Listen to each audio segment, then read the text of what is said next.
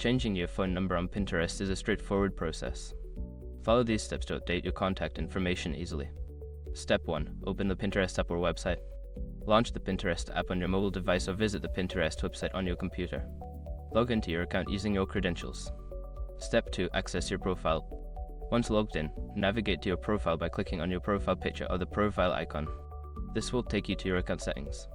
Step 3. Go to Account Settings.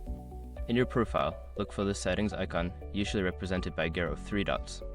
Click on it to access your account settings where you can manage your personal information. Step 4. Update phone number.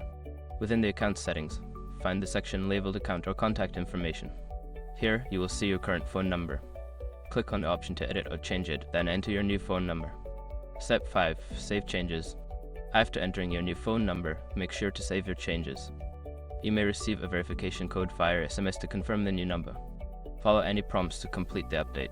By following these steps, you can successfully change your phone number on Pinterest. If you encounter any issues, consider checking Pinterest Help Center for further assistance.